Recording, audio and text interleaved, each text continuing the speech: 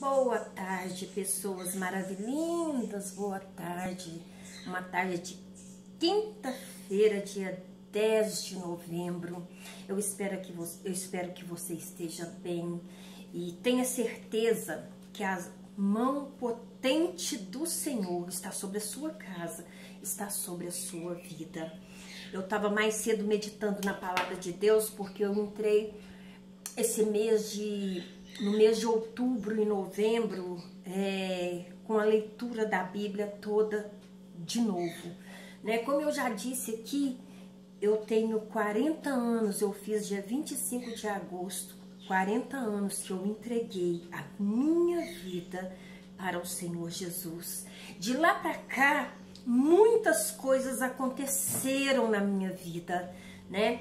Mas eu vou falar um pouco a meu respeito. Eu acho que eu tenho só um vídeo no início, quando eu comecei a gravar, né? Que eu tenho um vídeo falando peculiaridades sobre mim. Então, o meu nome é Helena Moraes, eu tenho esse canal há aproximadamente 7 anos. E eu gravo nesse canal, não é nem tanto por conta de curtida, visualização, eu gravo nesse canal desde quando eu soube que eu seria vovó. Hoje o meu neto tem 7 aninhos, né? E o mais novo tem 2 aninhos. E vão vir outros, porque o ano atrasado, né, na pandemia, a minha filha caçula se casou. Então, mais netos virão. E eu gravo isso para ficar marcado aqui para os meus netos que virão, né? Com 22 anos eu entreguei a minha vida para Jesus. Eu tinha 22 anos, né? Esses 22 anos, desde que eu fiz 6 anos de idade, eu acompanhei a vida sofrida da minha mãe, né? Uma vida assim de muita traição no casamento. Naquela época, mulheres eram hiper mega submissa ao marido, né? E a minha mãe foi assim, tendo um filho atrás do outro. O meu pai, né, muito boêmio, né? Era um negro muito lindo, gente. Não é porque é meu pai, não, mas muito lindo, né? Mas era muito boêmio, né? Então se casaram. A minha mãe estava com 19 anos, o meu pai estava com 23 para 24 anos. Se casaram e tiveram uma filha, né? Essa filha, quando ela completou 2 anos, eu estava nascendo, né? Então a minha mãe conta que com 2 aninhos a minha mãe tinha acabado de me trocar e foi dar uma atenção para ela. Ela simplesmente faleceu. Meu pai tinha acabado de sair para o trabalho, né? E meu pai fala que ainda brincou com ela, que ela brincou, uma criança de 2 anos, eu sei porque eu tive filhos, né? Eu tenho meu neto que tem 2 anos, eles são muito ativos, gente, são muito ativos. E meu pai disse que ela olhou para ele indo e ela chorou, sabe? Mas meu pai disse que ela não chorou de gritar, apenas lágrimas desceram do rostinho dela. E assim que meu pai estava chegando na esquina, alguém foi buscá-lo porque ela havia falecido de um mal súbito, né? Então, foi assim que eu soube do falecimento da minha irmã. E a minha mãe ela sempre diz, mesmo agora com o mal de Alzheimer, que eu sempre fui uma criança tranquila. Mas eu me lembro dos meus 6 anos, eu me lembro das brigas dos meus pais. Eu sempre fui uma pessoa muito observadora, sabe? E eu ficava me perguntando por que eles brigavam tanto e por que todo ano nascia bebês na minha casa. Naquela época era muito difícil você ver um avião nos ares, né? Ainda mais eu que moro numa cidadezinha pequena ainda. Naquela época era um povoadozinho, né? Veja bem, há 62 anos atrás, um povoadozinho. E eu lembro que a minha mãe ensinou a gente a falar assim, que quando passava um avião, porque vinha trazer neném pra gente. Então eu tinha aquela ideia na minha cabeça que quando os aviões passava pouco tempo, tinha neném novo na minha casa. Nesse meio tempo, a minha avó ficou viúva. Meu avô morreu e minha avó foi morar com a minha mãe, né? Porque minha avó tinha uma casa própria no centro da cidade, daqui da minha cidade, uma casa muito boa, mas tinha o meu tio Bebum que quando ele bebia, ele agredia a minha avó. Então, a minha mãe não deixou a minha avó voltar para a casa dela e a minha avó foi morar com a gente. Então, desde que eu me entendo, a minha avó sempre morou conosco, né? Quando a minha avó morreu, eu tinha 28 anos, 29 anos, né? Eu tinha 29 anos quando a minha avó morreu, minha avó materna. Mas veja bem, de uma vida toda sofrida, assim, pessoas da família que sempre questionavam, porque a minha irmã, a primeira filha do meu pai, ela nasceu, segundo eles me dizem, ela nasceu negra, com todas as características da família do meu pai, né? Porque a minha mãe, ela é mestiça, mas é negra, porque a minha avó branca casou com um negro escravo. E isso fez com que a família se distanciasse, a família materna. Mas a minha avó materna era uma senhorinha branca, né, que se casou com um negro naquela época, que tinha sido escravo, estava alforriado, mas era escravo. Então, quando eu nasci com as características dos familiares da minha mãe materna, né? Eu nasci com uma pele mais clara, né? Eu nasci, em comparação com a minha irmã, eu vim completamente diferente. Então, se criou um boato de que eu não era filha do meu pai. Porque além de ter nascido com uma pele muito clara, os meus olhos, a minha mãe fala que meus olhos eram muito azuis, né? Criança tem disso, ele nasce com os olhos, depois os olhos vai se fortalecendo na cor, e hoje os meus olhos são esverdeados, conforme muda o tempo, né? São meio esverdeados, às vezes é cor de folha seca, e isso trouxe muitos conflitos. Eu não me lembro de tempos algum meu pai chegar perto de mim e dizer pra mim: você não é minha filha. Meu pai, ele tinha adoração por mim, sabe?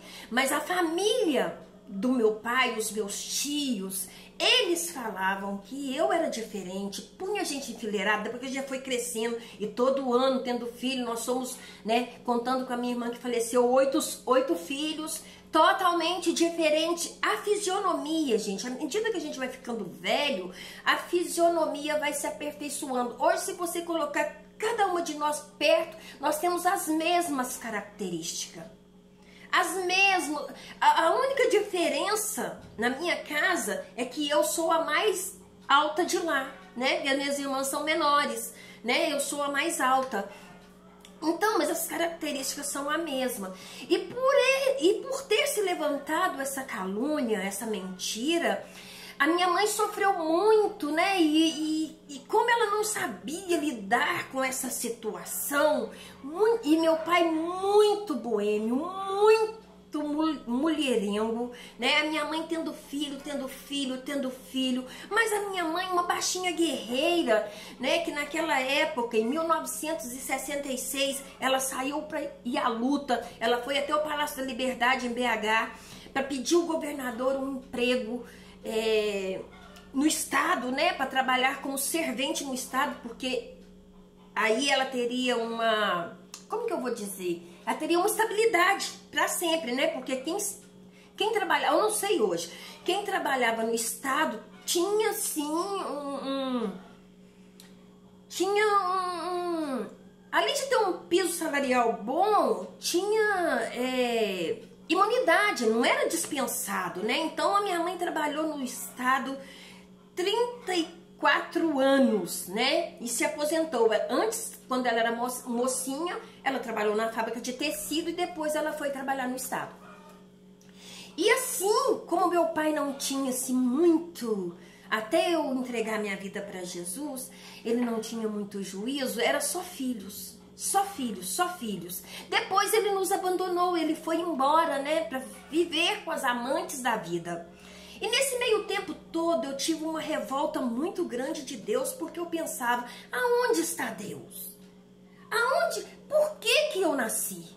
Sabe, eu fui tendo uma ojeriza muito grande de Deus, porque eu pensava, Deus não me ama, Deus não gosta de mim, Deus não se preocupa comigo. Por que Deus me deixou nascer nessa família? Né? E eu olhava assim, eu tô assim, uma família, sabe, gente, na minha cabeça era assim, uma família feia. Não é feio por causa da fisionomia, feio de se relacionar, muitas brigas, sabe, era muita agressão entre eles brigavam e de avançar um no outro, de se baterem, de se machucarem, né? E eu fui crescendo, até que meu pai saiu de vez. Quando meu pai saiu de vez de casa, a minha mãe estava grávida do meu irmão caçula, e ele foi embora, ele nem viu o nascimento do meu irmão, né? Ele foi embora e nos deixou. Naquela época, eu havia ganhado uma bolsa de estudo, eu toda a vida gostei muito de estudar, de ler. Eu sou apaixonada por leitura, né? Então, eu comecei eu amava, eu ganhei uma bolsa de estudo e fui estudar na época num colégio muito conceituado aqui na minha cidade, né? E eu fiz naquela época até a 8ª série, porque eu tive que sair do trabalho quando meu pai largou a casa para arrumar um trabalho, né? Para ajudar minha mãe a criar meus outros irmãos, os outros irmãos abaixo, que aí agora a gente estava, né? Naquela época se podia trabalhar, né? Se podia trabalhar, de menor podia trabalhar. Então eu tive que sair do colégio para trabalhar, para ajudar minha mãe a criar os meus irmãos mais novos, né? E depois de mim, como a diferença nossa era de 1 ano, tem diferença de irmãs minhas, que a diferença era 11 meses. Chega no mês de janeiro, fevereiro, as duas ficam com a mesma idade, né? Porque no resguardo a minha mãe engravidava, sabe? Eu custava por entender isso antes de me casar. Eu ficava assim, mas como que pode? Como que pode uma coisa dessa, né? E de lá pra cá eu fechei meu coração, era uma pessoa muito fechada, porque era me exigido muito, sabe? Eu tomei a frente da casa da minha mãe como se eu fosse um homem. Então eu tinha responsabilidade como um homem. Então eu tinha que trabalhar, eu não tinha condições de comprar roupa, eu não tinha condições para comprar sapato. Tudo que eu tinha era usado, ganhado, dado por outras pessoas, porque não se tinha condição, né? E o tempo foi passando, eu fui crescendo com aquela ira, passei a minha adolescente com uma ira, sabe? Eu tinha uma ira muito grande a respeito de Deus, porque eu pensava, onde está Deus que não vê esse sofrimento, né? Até que, nesse meio tempo, eu fui ficando mocinha e eu tive alguns namorados, né? Eu tive um namorado que a gente namorou 4 anos, dos meus 15 anos até... dos meus 14 anos até os 15 anos. Mas não era aquele namoro, sabe? Não se compara ao que a gente vê hoje. Era aquele namoro que ele ia pra minha casa, a gente sentava todo mundo, os irmãos, a mãe, a avó, e ficava lá, não se pegava na mão, não se beijava, não se abraçava, sabe? Era um namorado, mas que só ia lá, era assim, sabe? E a gente ficou assim 4 anos, porque naquela época minha mãe era muito rígida, era naquela época que as mulheres eram filhas de Maria, em que a religião era uma coisa que era levada a sério, entendeu? Que o catolicismo era levado a sério, porque hoje a gente vê que nada é levado a sério, né? As pessoas fazem o que quer, né? E joga a religião no meio para esconder da sua falta de caráter. Mas naquela época não, se namorava assim, não podia beijar, abraçar, pegar na mão.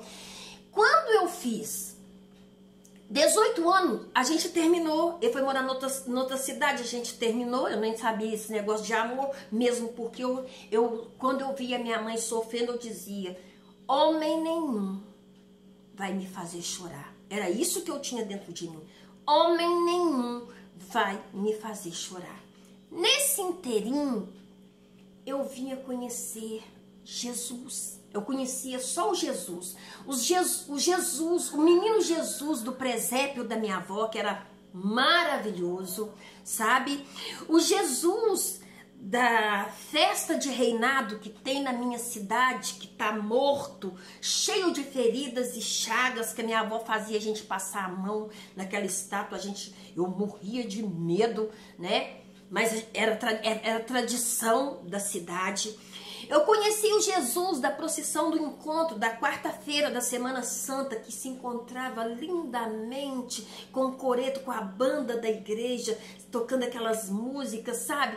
Chegava a arrepiar a pele. Então eu conhecia esse Jesus. Eu conhecia o Jesus que estava pregado na porta da casa, da parede da minha casa. Eu conhecia o Jesus do terço, sabe? Eu conhecia aquele Jesus da manjedoura. Eu conhecia o Jesus que a minha avó falava, Jesus, menino Jesus de Praga. Eu conhecia todos os santos, porque toda a parede da casa da minha mãe era forrada de quadros de santos, de todos os santos. Tinha um santo que meu pai era devoto a ele chama São Geraldo. Ele tinha... ele vestia uma bata preta e tinha uma caveira e um crucifixo na mão. E meu pai dizia que aquele santo era protetor dele. Mas eu tô assim, mas se o santo é protetor dele, por que ele faz tanta coisa absurda, né? Eu não conseguia entender. Naquela época, era muito mal visto o tal do crente, né? Porque crente naquela época era muito mal visto. Se falava a lei dos crentes, né? Aquela pessoa é da lei dos crentes. Então a gente já andava assim, desconfiado. Mas eu troquei de emprego e fui trabalhar numa fábrica de tecido. E lá eu conheci uma pessoa da Assembleia de Deus, sabe? Não tô falando das Assembleias de Deus que tá abrindo cada botequinho e fazendo o maior escândalo com a palavra de Deus, não. Assembleia de Deus Raiz. Assembleia de Deus do Mensageiro da Paz. Assembleia de Deus do Evangelho, sabe? E eu conheci essa menina. Nós estávamos entrando para aquela entrevista de trabalho naquele mesmo dia e nós fomos conduzidas para para a mesma sessão, né, de trabalho naquela fábrica de tecido. E ela começou a me evangelizar. Eu nem sabia que se podia falar com Deus. Eu conhecia de rezas, né, de repetir o terço, do Pai Nosso, do Crer em Deus Pai, né? Eu conhecia essas coisas, mas que se podia chegar perto de Deus e falar com Ele: Senhor, eu tô aqui, me ouve, toca na minha vida. Não, eu não sabia. Deus para mim estava bem distante e era bem mal, porque eu tive uma juventude muito sofrida. Então, gente, ela ficou um ano me evangelizando. Tô fazendo uma miscelânea por cima. Ela ficou um ano falando a respeito de Jesus comigo. Até que eu não aguentei mais, sabe? A pressão estava tão grande, meu pai ainda não estava em casa. Eu lembro que eu fiz uma oração e falei com Deus: se o Senhor, Deus da Dora, né? Ela chamava auxiliadora, tem apelido de Dora, porque ela é viva ainda. Se esse Deus da Dora é de verdade, vai tirar meu pai da zona. Zona era um lugar de cabaré aqui na minha cidade, onde ficava as prostitutas. Hoje elas estão em todas as esquinas, agarrada com a sua casa, né? Mas naquela época tinha um lugar onde que essas meretrizes ficavam, que era a Casa da Luz Vermelha. Eu não fiz essa oração, eu falei essas palavras. Se esse Deus da Dora de verdade, se ele é tudo isso que ela fala comigo, ele vai tirar meu pai da zona e vai levar ele de volta para casa. Eu fiz essa oração às 8 horas da manhã, que era o nosso intervalo de café, e ela segurou a palma da minha mão e falou para mim: Helena, a salvação da sua casa está nas suas mãos. Basta você abrir seu coração para Jesus. Nisso que ela falou assim, e ela estava cansada de falar para mim, ela me evangelizava com folhetos. Naquela época, folhetos era uma coisa assim tremenda, né? E eu fiz essa oração. Quando eu chego em casa às 10h30 da manhã que eu larguei serviço, a minha mãe estava com o olho arregalado, falando: seu pai teve aqui, pediu para voltar. Eu levei aquele impacto. E eu tô assim: meu Deus, o Deus da Dora é de verdade, sabe? Passaram, houve um processo para que meu pai voltasse, porque muitas das minhas irmãs não aceitavam. Agora eu já estava com 18, a outra minha irmã estava com 16, a outra minha irmã estava com 14, e era assim, uma escadinha, sabe? Mas a minha irmã, depois de mim, que estava com 16 anos, falou para minha mãe: se ele entrar pela porta da sala, eu saio pela porta da cozinha, né? Porque ela também viveu muito do sofrimento que nós passamos. Eu só sei que a minha mãe falou pra mim depois, a Kátia falou que se ele voltar, ela sai. Aí eu cheguei e comentei com a Dora isso, e ela falou pra mim assim: escuta, Helena, sua casa está nas mãos de Deus, não vai acontecer nada disso. E eu reportei essa palavra pra minha mãe: eu estou no controle de tudo, não vai acontecer nada disso não, ela não vai sair não. Meu pai voltou. Eu entreguei minha vida para Jesus. Deus mudou toda a minha vida. Presta atenção, não é uma religião. Eu não sento aqui para falar para você religião. Religião não salva ninguém. Religião não morreu por mim e por você na cruz do Calvário. A religião, ela traz dissensão e briga. A religião afasta as pessoas.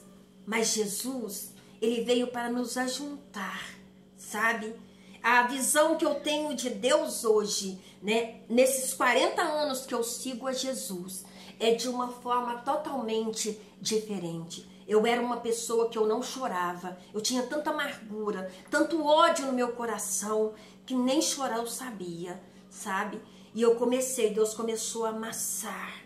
Deus começou a me virar do avesso, Deus começou a transformar. Eu nunca fui de falar palavrão, eu nunca fui de ficar me atracando com namorado, eu nunca, sabe? O único homem que conheceu o meu corpo é o meu esposo, sabe? Mas nesse inteirinho, eu já estava namorando com outro rapaz, estava fazendo 2 anos, a gente estava preparando para se noivar e casar. A mãe dele do candomblé, eu católica de raiz, agora conhecendo a palavra, eu lembro que eu falei para ele assim: olha, eu vou passar para a religião dos crentes, porque naquela época se falava assim. Ele falou para mim assim, a gente estava faltava 5 dias para o nosso noivado, as alianças estavam compradas, já tinham comprado móveis, né? A gente estava assim com plano de casar, embora eu não tinha muito, sabe? Eu não estava com muito interesse em casamento, porque os episódios de casamento que eu tinha visto na minha vida inteira era de derrota. E eu havia dito que homem nenhum me faria de palhaça, né? E eu lembro que ele falou assim: você não vai fazer isso, você vai escolher, sabe? E estava marcado, o nosso noivado seria num sábado, eu entraria de férias dia 1º de maio, dia 3 de maio era o meu aniversário, dia 4 daria num sábado e a gente ia ficar noivo junto com o aniversário e tudo, né? Então pessoas já estavam convidadas, naquela época tinha uma frescureba de se fazer festinha, de se fazer hora dançante, mas eu não estava afim. Eu não estava afim, sabe? Alguma coisa dentro de mim tinha mudado.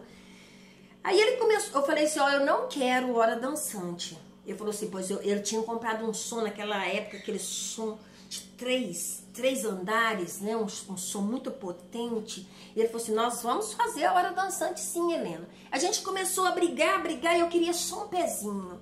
Eu olhei pra ele e falei assim: escuta, pega o fio do seu som, né? O fio onde liga na tomada, e fica noivo com o seu som. Porque a gente termina aqui. Gente, eu lembro que ele chorou pra caramba, sabe? Se eu falar pra você que eu não gostava dele, é claro que eu gostava dele. E eu falei pra ele assim: olha, eu vou pra igreja dos crentes. E ele falou comigo assim: então você escolhe. Eu falei: escolho. Eu escolho. Eu tava escolhendo por pirraça não era nem por amor, eu não tinha esse conhecimento de Deus assim, sabe? E a gente terminou e eu fui me firmando na igreja. A minha mudança foi tão radical. Toda a minha família se rendeu aos pés do Senhor Jesus. O meu pai outrora, um homem boêmio, quando eu aceitei Jesus, meu pai estava com 40 anos, ele estava novinho, um negro lindo, sabe? Meu pai era muito assim antenado, só andava na moda, tanto ele como a minha mãe. Agora as coisas estavam melhorando, né?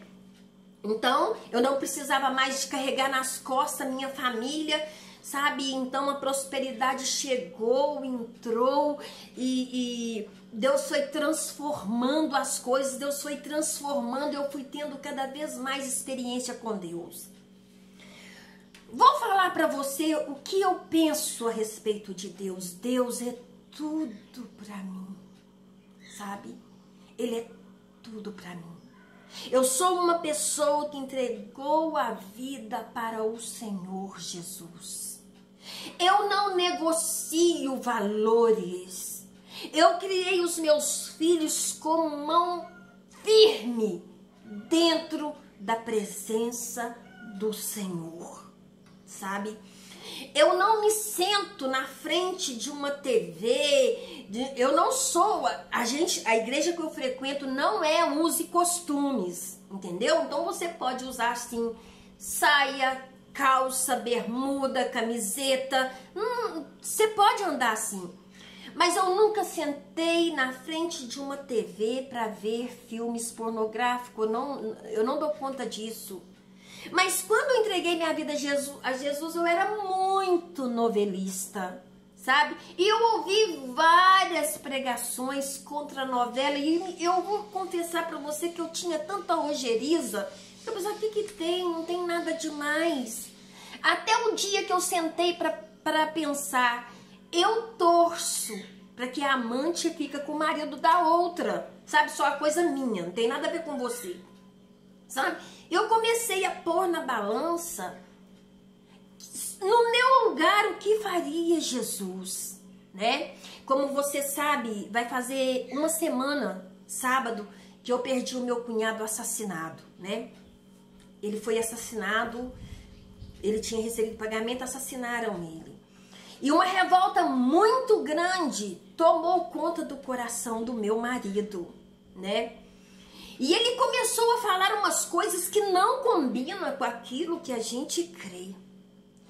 E ele estava falando que isso não ia ficar assim, não que ele ia matar a pessoa, gente, né? Não é nada disso. Que ele ia lutar até o final para que essa pessoa pagasse dentro da lei. Eu falei assim, escuta, a palavra do Senhor diz, se o teu irmão pecar contra ti, isso quem tem que fazer é a justiça, sabe?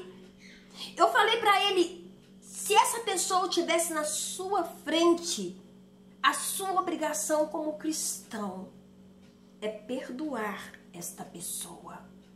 É fácil, gente? Claro que não é fácil. Mas o cristão, a pessoa cristã, ela anda na contramão deste mundo, sabe? Então ela preza pela sua família. Eu não vejo nada, sabe? Eu não tô falando isso aqui apenas pra... Helena, não, eu sou uma pecadora que precisa da graça do Senhor o tempo todo. Todo o tempo, sabe? Mas eu não consigo, sabe? Eu não consigo dividir a glória de Deus com mais nada. Com mais nada, sabe? Eu sou totalmente a favor do que diz a Bíblia, sabe? Eu sou totalmente contra tudo aquilo que a Bíblia condena. Então, sabe, nesses 62 anos, né, no ano de 2023, se o Senhor permitir, eu vou fazer 63, nesses 62 anos e nesses 40 anos de cristã, eu quero dizer para você, eu já vivi muitas coisas, eu já vi muitas coisas. Nesses últimos tempos, então, eu tenho visto, sabe, quantos crentes anátemas, Quantas profecias da carne você e eu nós ouvimos. Quantas coisas, sabe, que não vai de conforme a palavra de Deus, as pessoas que se dizem de Deus aprovou e tem aprovado, sabe? E é por isso que eu venho dizer para você, não há lugar melhor do que nos pés de Jesus. Jesus me curou de um câncer. Eu tinha uma filha morta, que o médico, o meu obstetra falou para mim, ginecologista falou comigo, volta na quinta-feira para a gente tirar o feto, porque o feto tá morto. Eu orei, eu clamei, eu jejuei, eu pedi a Deus. E o meu feto morto hoje vai fazer 27 anos. Fez 27 anos agora, dia 25 de outubro. Sabe? Porque eu criei. Eu fedia, sabe? Eu fedia. O Senhor me curou. Eu tive um problema sério com a depressão. Sabe? Eu tinha dores horríveis do alto da cabeça à planta dos pés. Sabe? A fibromialgia tomou conta de cada centímetro, de cada milímetro do meu corpo. Tudo doía, tudo. Mexer com o pescoço doía, sabe? Eu passei por uma menopausa que ela veio numa força tão grande, sabe? E procurando especialista e fazendo tratamentos com remédios e psicólogos e psiquiatras e, sabe? Mas quando eu busquei do trono do Senhor, os remédios foram paliativos e Jesus foi a minha cura, é a minha cura. Eu não sei quanto tempo eu ainda tenho de vida, eu não sei, sabe? Mas eu não negocio a minha fé.